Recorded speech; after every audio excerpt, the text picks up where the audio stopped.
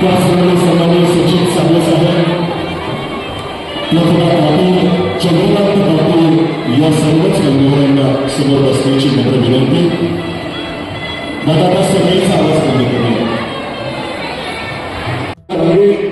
सुरुवातीला अभिवादन केलं आहे. पुष्पहार अर्पण करून महाराजांच्या भूमीला लागलं.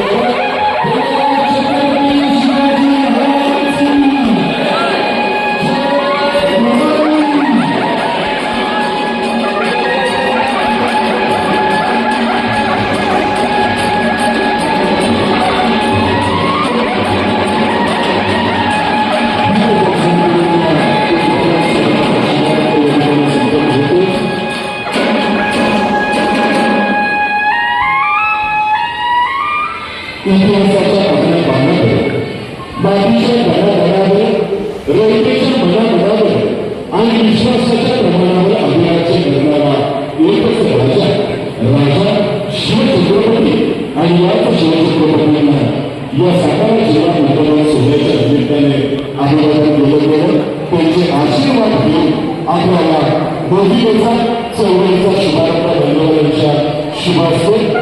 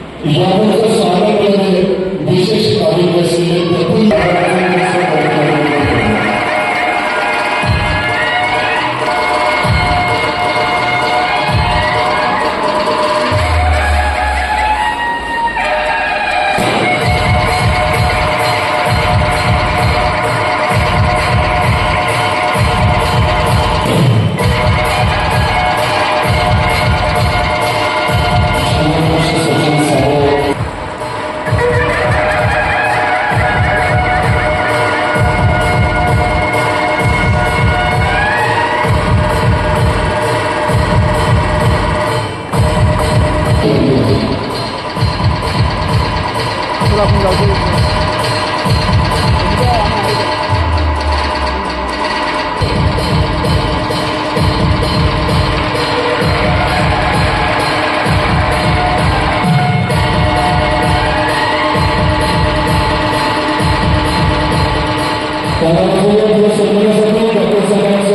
करूया.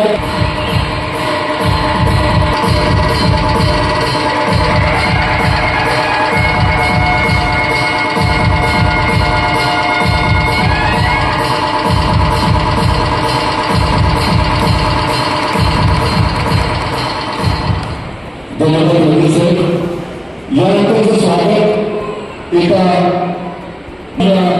सगळ्यासाठी सत्तर असेल.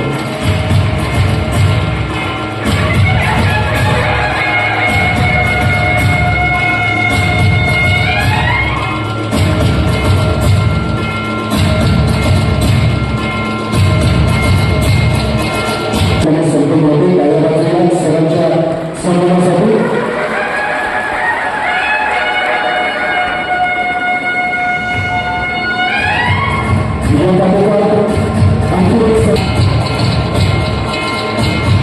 या समारंभाच्या मुख्य सरपंचांनी उपस्थित असलेले आदरणीय जनार्दन राणे यांना शाळा स्वतः पुष्पगुच्छ म्हणून सन्मानित केले होते.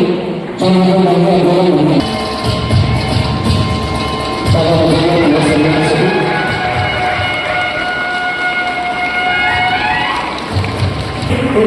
म्हणतात एकूणच बुद्धिमत्ता हसन आणि व्यवस्थित व्हावे लागते. सन्मान होते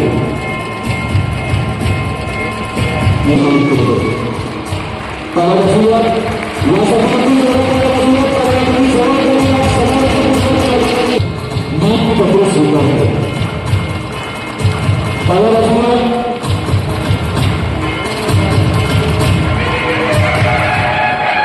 यानंतर तालुका प्रमुखांना नियुक्ती पत्र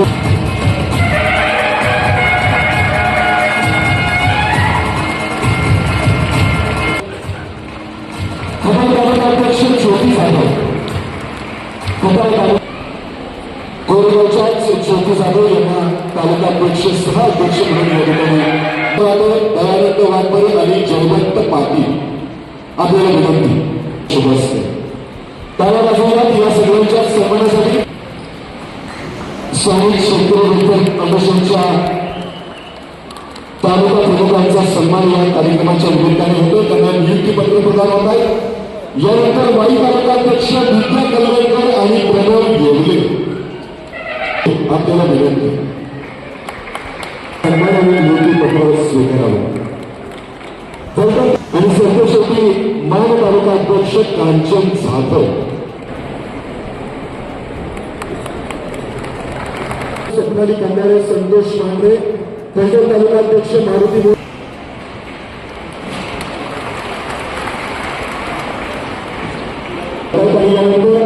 आरोग्य योजना पुरस्कार आजच्या या कार्यक्रमामध्ये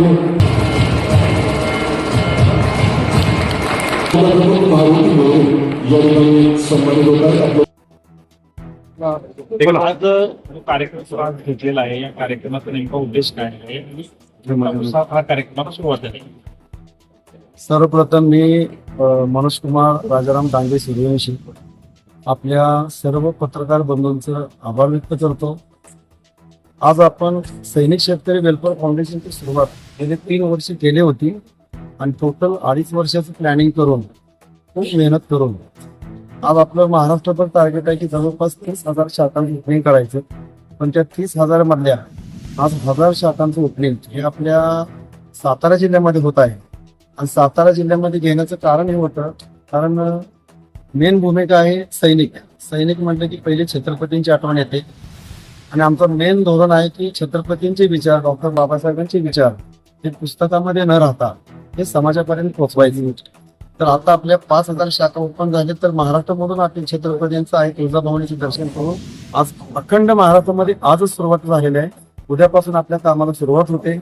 आज अशा पद्धतीनं प्रत्येक गावामध्ये आज वाडी वस्तीवरती आज कुठेतरी सेवा कमी पडते. मग ते सैनिक असतील, माजी सैनिक असतील, शहीद सैनिक पत्नी असतील, आत्महत्याग्रस्त कुटुंब असतील, सरकारचं काम करतच आहे. त्याचबरोबर आपण सुद्धा काहीतरी समाजानं पण योगदान देणं काहीतरी बनतंय.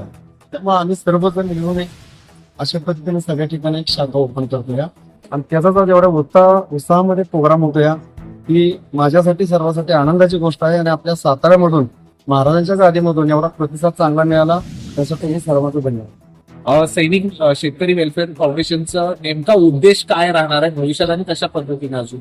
नेमका उद्देश आहे आपले टोटल 27,944 ग्रामपंचायत आहेत आपल्या महाराष्ट्रामध्ये. शहरं आणि ग्रामपंचायत पकडून आपण 30,000 शाखांचं ओपनिंग करतोय. त्या ठिकाणी मुलगी जन्माला आली तर त्या ठिकाणी काहीतरी आर्थिक मदत आम्ही 5,000ची करतोय. कोणाचा मृत्यू झाला तर आजकाल गावामध्ये अशा केसेस आहेत की अंतविधीला पण लोकांच्याकडे पैसे नाही. ज्या वेळेला 2 वर्ष 2.5 वर्ष महाराष्ट्र दौरे केले तर त्या ठिकाणी आढळून आलं की असे काही कुटुंब आहेत म्हणजे कठीण प्रसंग. तर त्या कठीण प्रसंगामध्ये आम्ही आमच्या पद्धतीनं फुल नाही फुलाची पाकळी देऊन त्या कुटुंबाला कुठेतरी आम्ही आधार देण्याचा प्रयत्न करतो. आणि याच पद्धतीनं एक सामाजिक महिला सक्षमीकरण पण होतंय, महिलांना रोजगार मिळतोय, नवीन युवकांना पण रोजगार मिळतोय. प्रत्येक गावामध्ये जी महिला आमच्या केंद्र प्रमुख आलेले आहेत तर प्रत्येक गावातली एक महिला तर जवळपास तिला एक 10,000 15,000 पर्यंत मानधन मिळतं. आणि त्या मानधनाच्या पुढे तिला आम्ही पूर्ण गावामधल्या कोणत्याची स्थिती काय आहे कशी आहे तर जन्माला आली तर कुणाचा मृत्यू झाला, कोण म्हातारा माणूस आहे की त्याला अन्नापासून वंचित आहे तर अशा पद्धतीचं आम्ही सर्व रिपोर्टिंग घेतो आणि त्या पद्धतीने आम्ही त्या मदत करतो. आणि ती मदत आमची लास्ट माणसापर्यंत पोहोचावी यासाठी आम्ही केंद्र प्रमुखाची नियुक्ती केली म्हणजे शाखाची नियुक्ती. आतापर्यंत किती सैनिक आणि शेतकऱ्यांना आपल्याकडून मदत झाली? आतापर्यंत आपली सुरुवात झालेली आहे. आजच प्रथम सुरुवात झालेली आहे. तरी मी आतापर्यंत जे पहिले रजिस्ट्रेशन काय झालेले आहेत सभासद आपले त्यांना एक जवळपास 30 ते 40 जणांना आमचा मृत्यूनंतर पण लाभ भेटलेला आहे. काय धुळे नंदुरबार सारख्या ठिकाणी मुली जन्माला आल्या तिथेही लाभ भेटलेला आहे आमचा. आणि खरी सुरुवात आज आपल्या महाराष्ट्राची सुरुवात आज आपल्या साताऱ्यामधून. Okay, thank you.